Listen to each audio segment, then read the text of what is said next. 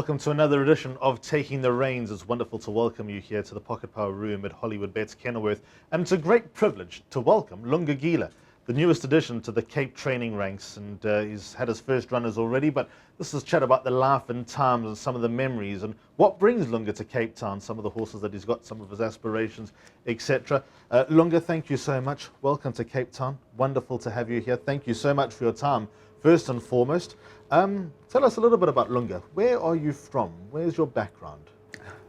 Thank you, Alistair. Thank you. Nice to having me here. Honestly, come from the small town, which is Aitutjua. I grew up in Port Elizabeth. Started to work with the horses, which is my uncle was working there. I started to work there as like a groom. I learned the horses by Nick Lesson, Arthur Miller. It was a time Mitch when he was injured on the show jump. I think you remember the story with the Charlie Roberts and them. So that's where he went to Arthur Miller. He's looking for the work rider because he couldn't do nothing on that time. His arms both was not working. So that's how Mitchie find me. That's how I start with Mitchell Visa. And we've done very well together with Mitchell Visa. I think about 11 years I was working for Mitch. And yeah. How old were you when you actually walked into the yard for the first time? And how far away is your place of birth from Fairview and Arlington Racecourse? I'll be honestly, it was not quite far. You know, I was always seeing the jockeys all the time when they ride work, and also until I have a time also to start doing that job. And then how old were you when you walked into the yard for the very first time? Was Nick Clausen the first yard that you worked for? 100%. Yes. Nick Clausen, age of 17, 18, I was still a small boy on that time. Yeah. Were you there at the time of All Three Are King and GPS? I remember those horses. Yes. Warren Kennedy used to ride those horses. I was there. Yeah. Yeah. I think that's actually a lovely story, but I didn't know that you were that young when it started, and going to Fairview for as much as I did, and the great times that I have, and hopefully go back there soon. Yeah. Seeing the kids, that environment that's been bred at Aberga, so you were one of those. You were one of those kids in the grandstand that used to enjoy the racing and the atmosphere that Friday brought. Yeah, absolutely, absolutely. I was a little bit bigger than those ones, you know. As I say, I started to visit there just to, my uncle was working there, you know. So, and then as I grow up and then I start to have an interest with this job, you know, I would love to also to ride work, you know. That's where I start. And then I start to learn the horses, and then I start to come to be a groom. And yeah. So did you ride any work? Oh, me? Yo. If you can ask a couple of jockeys, even of the ex-jockeys, they'll tell you straight about me. When I sit on the horse, Alistair, not get beat, boss. Really? I'm telling you, I'm not lying to you. But my weight is like this now. There's nothing I can do. You know, I would love to get on again. There is. You and I can start gymming together. You can start riding work, and I could look a little bit better. That will be nice. Yeah, that will be nice. But I promise you, you know, it's helping more, Alistair, to get on the horse. You know, when you're the trainer, I think some of them they'll love to ride, but because of when you grow up, you're coming with those issues with the injuries, you know, all those things. You can't sit on the horses anymore. But it helps when you feel that horse is hanging, when you feel this horse doesn't like this beat, when you feel this horse is not moving lacquer behind it. That's what helps me, you know. That's why I would love to ride work again, but unfortunately, as you can see now, I'm big now. Yeah. We all get big. I think that's a lovely touch. So Yeah. those days you would have been at Arlington. Arlington, yeah, I was at Arlington. I used to ride work with the guys like ex-jockeys like Valley Ace, you know, Gavin Fenter, you know. Lumumba Mofokeng, yeah, Lumumba Mofokeng, those were my best friend. Lumumba was still chatting. Lumumba is not longer with us anymore, you know, but he was a good man.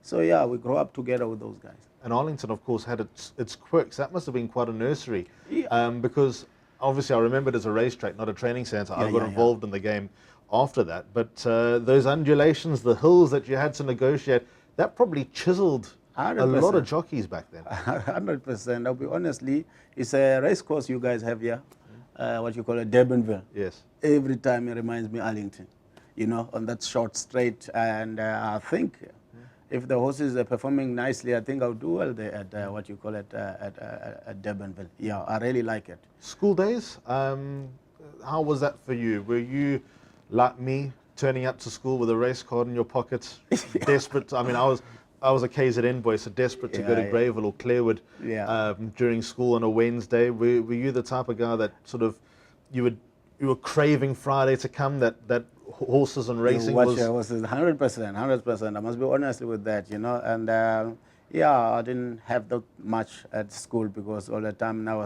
when I start to grow up, I was thinking about the horses, so I didn't have that much time, you know. And So when did this become a full-time obsession? Because obviously, so like you say, you wrote a bit of work.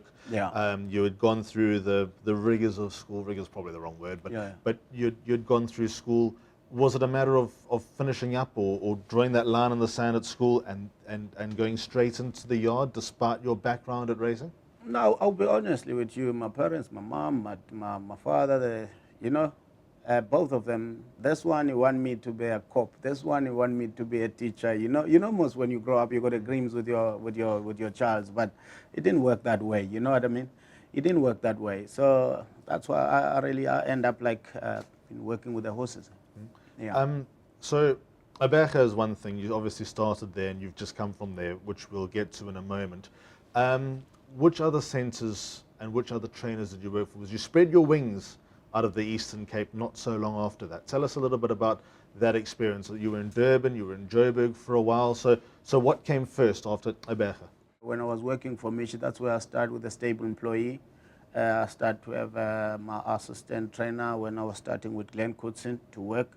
Because one time, I think it was 2014, if I'm right, Glenn Coutson, when he was looking for the assistant, and Glenn Coutson, he knows me very well, you know. Mitch Visser is Glenn Coutson's cousin, you know. Yeah, so when Glenn was looking for the assistant, when Mitch said, hey, take Lunga, bro. And then Glenn said, if you say Lunga, no questions. Yes. Yeah, so that's how I start, and I ran the yard for Glenn Coutson. I was alone in Port Elizabeth, Aberge now. And then I come up in Cape Town when we closed there. And then from here, Glenn, he said, you know what, I want to send it to you in Durban. Yeah. I just want to backtrack before we get to Glenn and Durban. Yeah. You're talking about Mitch Visser, Liz's Desire. Yeah. Did you work with him? Liz's Desire, that's a horse I used to sit on. Used to sit on him? I used to sit on that horse. And did he give you the feel that he was going to go and be a South African flag bearer? I promise you. We spoke, me and Mitch we sit down and talk.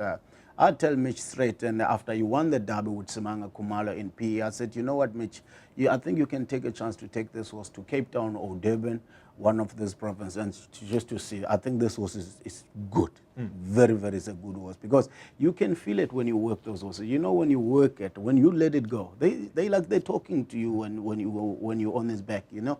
So yeah, Mitch done that. Take the horse to Durban, PT. I still remember it was a bad draw.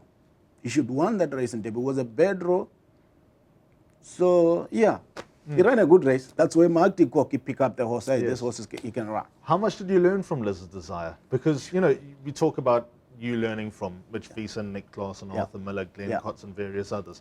But a horse has also got to do some teaching. He's got to teach some lessons to a trainer. That's true. That's true. You know, sometimes you get those horses, they just do exactly what you ask him. You know, you got those horses, you're going to the starting stores, you give him the gallop, you work him, you know. He was a very, very nice horse. Very nice horse. It's a type of the horse, when you work that horse, you can work another 5 horses, you still remember you got that memory for that horse. Yes. Yeah. Tell us about that night in Dubai when he ran a short head second to Gloria de Campeo in the Dubai World Cup. How much do you remember that? How much do you want to remember that? Do you want to forget that, considering everyone thought that he had won? Gloria de Campeo, but led 100 metres to go. Alibar into the clear, flashing. Lizard's Desire flashing.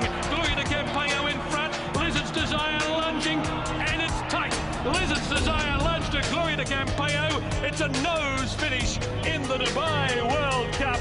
The world's first $4 million photo. Lizard's Desire, Gloria de Campeo on the line. That is close. I'll be honestly with you, if you can believe me, I still have a video. Yes. For that race, Kevin Shane, I think Kevin Shane won that race. I'm still saying that. I think Kevin Shane won that race. Just to stop you there, I've seen the photo. Yeah. And you know the judge is a South African. Yeah. and a good friend of mine and Mark Yeah. de Kock's. Yeah. And to this day, Yeah. it breaks his heart Yeah. knowing Yeah. that he's had to go against Yeah. the whole world. Kevin Yeah. Shea thinks, Yeah. Mark de Kock thinks, the whole world thinks it's South 100%. Africa's day. Yeah. And there's a South African judge in the judge's box. Yeah. And he was the first to know that Yeah. it's not his day. Not is there. Not his day. Yeah. But that was a great evening. I mean, just to Yeah. think of the trajectory of Liz's Desire, starting with Mitch Visa in Yeah. Aberga. And he wasn't the only one. Bolt That's true. Silvano, another Yeah. one to have come Yeah. from that nursery Yeah. variety club, famously got beaten. 100%. in Kevin Aberga. Smith used to train Paul Savan. Yes. Paul Savan, yeah. But Yeah. but just the trajectory from Aberga, from Fairview Yes. to and- Maidan, yeah. showing that in this game anything Yes, can happen. Anything can happen. That's true. You're right. You're right. And Paul Savannah, like you say, end up winning Durban July. He has come from Kabeja. Absolutely. Yeah. Okay, so Glenn Kotson hires you Yes. on the recommendation of Mitch Visa. Yeah. And then Durban, so going from Aberga to working for Glenn in Cape Town, that's one thing, because you're still under Glenn's wing. Yeah. Were you left to your own devices in Durban when you got given the go-ahead to go and run the yard? Was that the first time Lunga was on his own to Yes, be in that's- control and in charge? Yeah. That's true. Because Glenn Kutsin is a very nice oak. Very nice oak. And we still, I don't know now, I'm here in Cape Town now. I'm here to compete with him Oh, now. you're trying to beat him, yeah. Man. But it's what it is. We can't help it. And he understands that more than me. Glenn is a laka oak. He was just, Lunga, you know what you're doing. And as a trainer, of course, you'll give me the advice then and then. But if I'm not happy to run the horse, he said, Lunga, I'm not there. You're in charge, you know. From which jockey I want to use, you know. Yeah. How much did that teach you? That lesson of To be being alone. on your own. Yeah, no, a lot. It teach me a lot because you need to make those right decisions, you know. And we got to try all the time. But I'll be honestly, I'll tell you about 85%. What all my chances Glenn was given to me. I think I got up sitting with 85%. We've done very, very well together with Glenn. How different was that environment? Was it a big adaptation that you had to make, going from almost being sheltered, being inward in Aberga, that's your home ground, you knowing it, to, being Another in province, yeah. but Glenn's clutches in Cape Town, but then being on your own in Durban? I mean, I'd imagine the differences between training a horse at Fairview to training a horse in Glenn's farm in Paarl to training a horse at Somerveld. You're training a horse at the end of the day, but you're in a totally different environment. Yeah. Was that difficult for you to adapt, or was it a matter of, I'm still training horses, this is what I want to do, head down and go for it? Yeah, I'll be honestly, he was like that, exactly like you say. It was not difficult for me. It was not difficult. I'm just enjoying what I'm doing, you know. As I'm telling my jockeys all the time, my last day when I sprint up, I tell him straight, I said, hey, brother, I've done my work, the horse is ready. Even in the operating, I work with different people. I know some of them, I know exactly how they talk to their jockeys. I mean, really, I used to come, my ex-boss, Glenn Coos, I said, you can't put him a pressure on the first early races because this guy is still sitting with 6 rides for us for the day, you know. Yeah, so I learned a lot of things, you know, because when you stress this guy sometimes and then his mind is going away what he's supposed to do, you know. Yeah. What was next after Glenn? After Glenn, I left Glenn Kutsin, which is when I was resigning with Glenn Kutsin. My mother, she was very sick with a stroke, and at home, I'm the old one, having a car. So I'm checking, I said, you know what, I'm stressing. On this business, you don't need to be stressed. You need to have a clear mind, you know, to make that right decision, to deal with your clients, to make sure your horses, they are happy, you know. It's very easy to pick up those things, you know. I spoke to Glenn. I said, you know what, Glenn, I would like to go home. And then Glenn, you want to know how long, Lunga, you going to take? I said, look, Glenn, I'll be honestly, I don't know how long I'm going to take. I don't want to go the other side. I must go. This is my mother. She's very sick. I'm an old one. And, you know, Alistair, as much as you know, if your wife or your sister, she's sick, your mom, you take him to that doctor. If that medicine is not working, you leave that medicine, you go to another doctor because you need some help. That's what I was thinking on that moment. All right. Lunga, what are you going to do about your horses? I said, Glenn, don't go there. You know I'm feeling so bad. But I'm going to speak to John Butler. John Butler, he was not working on that time. It's just, that's where Mark Dikoke was just closing Durban. Nathan Kutsin just took his license. I went to speak to John Butler. I said, John Butler's got enough experience, you know, because behind me, I need to leave somebody I know is going to give the clients and Glenn Kutsin the proper delivery. I went to speak to John. John, he's the one, because I really want to go, and I need somebody. John is the one, I didn't really tell him the truth, because Glenn already told me, John is not going to take that job. I said, let me talk to John. I went to talk to John. I tell him the situation. I tell John, might take 1 month, because I didn't know, but I thought maybe when I get there, help my mother, and then the thing, you'll be going away quickly. It takes so long. My mom, she was very sick for quite some time, brother. And that was killing my brains, you know. I couldn't concentrate. So obviously that unfortunate situation happened. You go back home.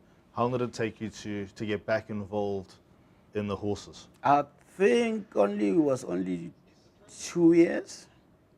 2 years when I was running the yard for Mr. Kumrad Naido. Yes. And what a lucky oak, Mr. Naido. He's a very nice oak. We done very well also together when I was training for him in Port Elizabeth.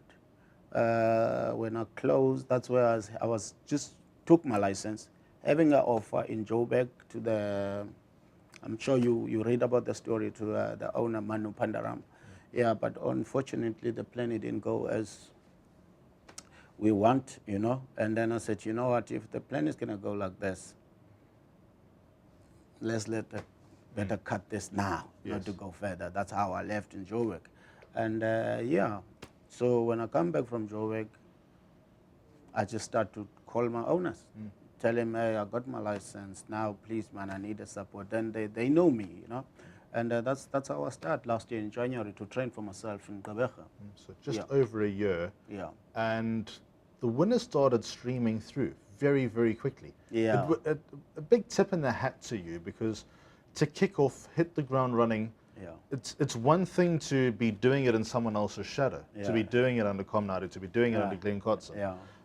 But then to hit the ground running as quickly as you did. And I'll never forget Nadine actually calling me, because I thought, Lunga's got his license, let's see how this goes. And Nadine calling me and saying, this guy's horses look the part. You know, you're cliche Mark Azzi. You know that his horses, even the slow ones, are going to look good. There are various others. Vaughan Marshall here in Cape Town, again, doesn't matter what shape or size, the Marshall horses look very, very well.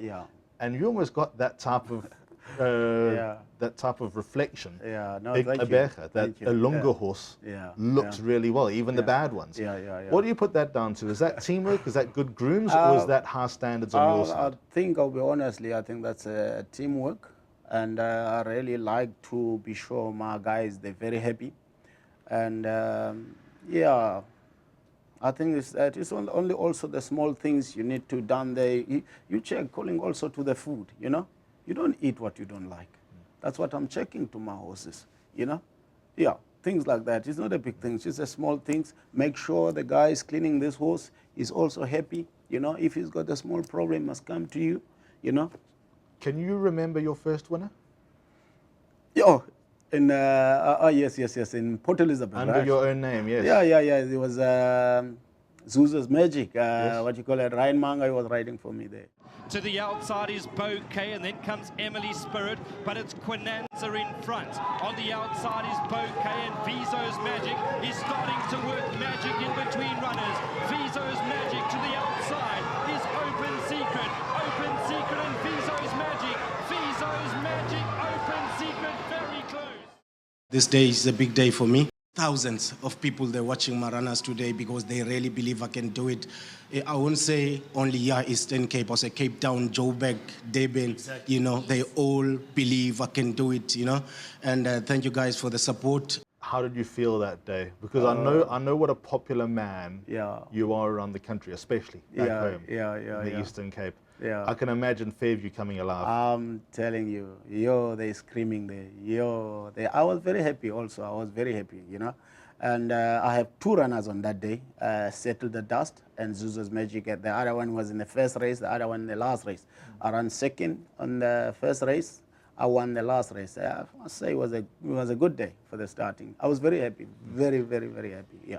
Tell us a little bit about your wife, because she became a fixture in winning interviews and lead-ins. She became a very popular accomplice to you almost, when leading in horses and chatting after races. Yeah. What's her outlook on the game? I'll be honestly, my wife she worked here at Kenilworth. She loved the animals too much. She loved horses, you know.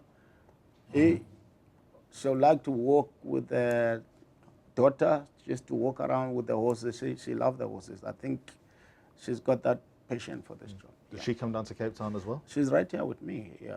Oh, lovely. Yeah. So that whole process, just over a year that you spent training at Fairview, taking on the big guns, Grief, Smith, Kelly Mitchley's now formed a very, very strong yard as well. Some excellent horsemen and horsewomen, you know, Tara Lang, Jean Null, Sharon Kotzen, various others as well. Hard to win races down against people of that nature, people that have done it for so many years, the long dynasties of Grief and Smith especially. Yeah. How rewarding was that experience, saddling a horse in a box next door to gentlemen and ladies of that nature? Yeah. No. Honestly, I didn't have a problem. I didn't have a problem. I know when the time is right. The horse is gonna run. It's gonna win the race. I tell my jockeys all the time, I don't mind if I have a hot pot favorite. I tell him straight, just ride your own race. Yes. Just concentrate. Don't worry about they talking about Richard Forey, Bernard Verdep. Just ride your own race. You know, I'm the type of this chap. If the horse doesn't win today, when I go back home, I need to know what must I fix on that horse. I'm that simple.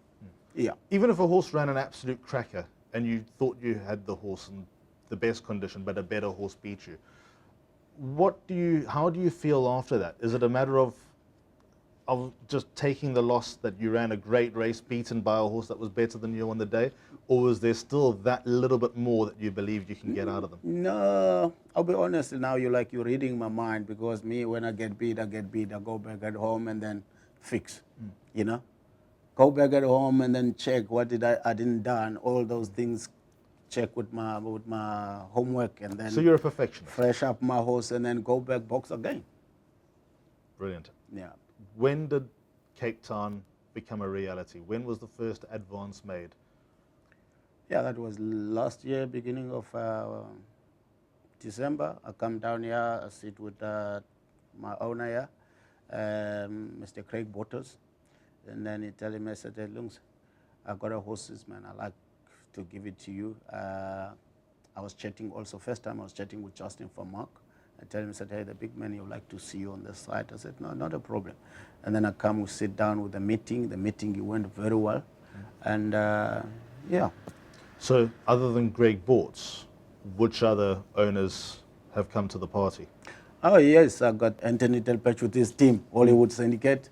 And yeah, they got a couple of horses there. I think I'm sitting with 6 or 7 horses for them.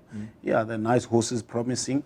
Yeah, so also my owners like Mr. Nkali, the most of people, they know MK's Price, his owner, Stinky Poo, Ronnie Gavenda, you know. And Mr. Poo has got to be one of the luckiest owners around. Nice oak. He's a very nice oak, and I'm sure everybody will love to, every trainer will love to do well for that man. Not like we got the bad people, but he's a type of, he's a legend, man. His energy is something that's contagious. I'm telling you, yeah. So yeah. And that would be his first horses that he's got in Cape Town. Am I right? Because the That's majority, true. the majority will that's be true. That's true. And we've been talking last 2 days.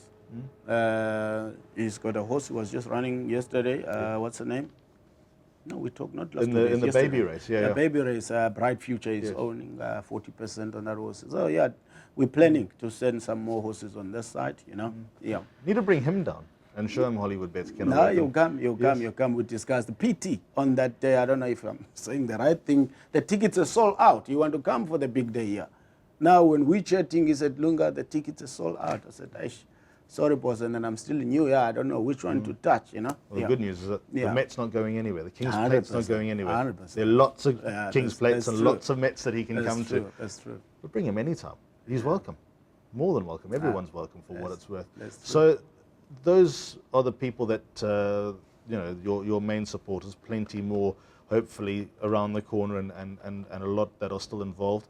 How many horses do you have in your yard at the moment? I'm sitting with 37 horses. It's a nice number. So 37 horses, that's a very nice number, With scope to grow, how many boxes do you have? All of them is like 48 boxes. Okay. Yeah, so yeah, I'm sitting with 37 horses as we speak. So yeah, I think that's a good number for the start. And also, I don't like that number, which is I can't control it, Yeah. What's the most horses you've had in your yard when you were in Gqeberha? Was this the biggest number you've had? No, in Gqeberha I was sitting with 20 horses. At the beginning when I start, like when my first month, 5 months, go there with 26 horses, and then, because I'm an honestly person, I tell my owner straight, I said, hey, let's get rid of this one, let's try find something better, I think that is good. It's good on that way. That's how I do.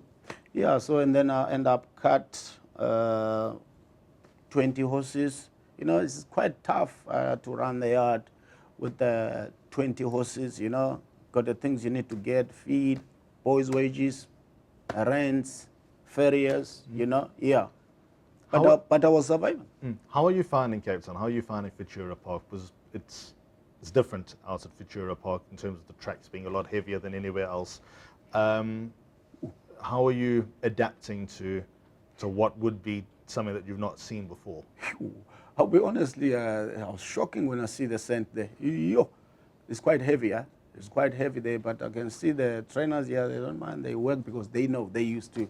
Heavy track, I'm just going slowly there. On the straight, the one they call it straight, that's where I'm sprinting because I'm still scared to do what they're doing there. So I'm fine, and so far my horses, they're running good. Well, Yeah. obviously that's the nursery of Snaith and Crawford.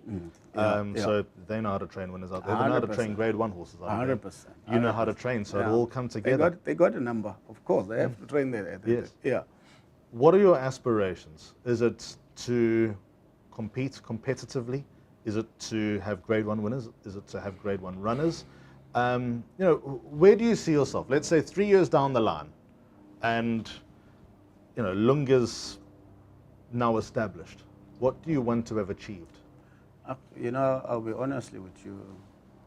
Me, I think the difference with the winners is this, it's the money, and because to me the winner is the same. It's only the stake check is different. The winner to me is the same, So I'll take it as it comes. I got a horse you can run group 1. I'll put that horse there. Yes. I got a horse I can see can't fit there. I'm not gonna put there until I got in the right time, exactly like you say. It's just on this business is something what I learned is no shortcuts. Is no shortcuts. I would love to run this horse next week. If this horse is not ready, it's no shortcut. Have to follow the procedure on this job. And sales coming up. I know that we've just had the Cape Racing sales, Premier Yearling sale, where prices were big and the quality was obviously a reflection of that. Lots of BSA sales coming up. Would you be in touch with owners to potentially get a couple of babies if you have space and all that? Would that be one of the plans? 100%, 100%. I'm on it now. I'm on it. I'm talking to them. They know I'm informed, almost all of them. They know I'm here in the Cape now. So yeah, I'm looking for every support I can get for myself, for us to move forward. Yeah. Well, Lunga here's hoping that you get Elizabeth Desire at an upcoming sale. That will be nice. That will be nice. Lizard's Desire, Eyes Wide Open. I trained those horses. And those were the good horses. Gold Standard was a good horses. Those memories. Yeah. Well, those memories stick forever. 100%. 100%. But thank you for your time. Just in terms of a parting shot, what have you got to all your fans? You've got a lot of fans. You're a very, very popular man in race. Doesn't matter where I go in the country. Oh, People are interested in Lunga. I'm telling you, I must say, and you're like a soccer player. You don't want to disappoint those people because they got that trust on you. They believe on you. It's the thousands, if I can tell you. It's a thousand of people and they support me. They believe I can do it, Yeah, so, and I've tried my best, you know. Lunga, thank you. Yeah, thank you so much. Yeah. Wonderful to chat to Lunga Gila. That was very entertaining indeed, as you'd expect from one of the showmen in South African racing. So that is another edition of Taking the Reins. Don't forget to subscribe to the channel. That's just a little favor that we've got to ask you, because as I always tell you, you can make all sorts of suggestions and we'll listen to those suggestions and get maybe more guests like Lunga as time goes on. But thank you so much for watching. Always a pleasure. Thanks so much to Lunga, and thank you to you. We'll chat again soon. Goodbye. Thank you.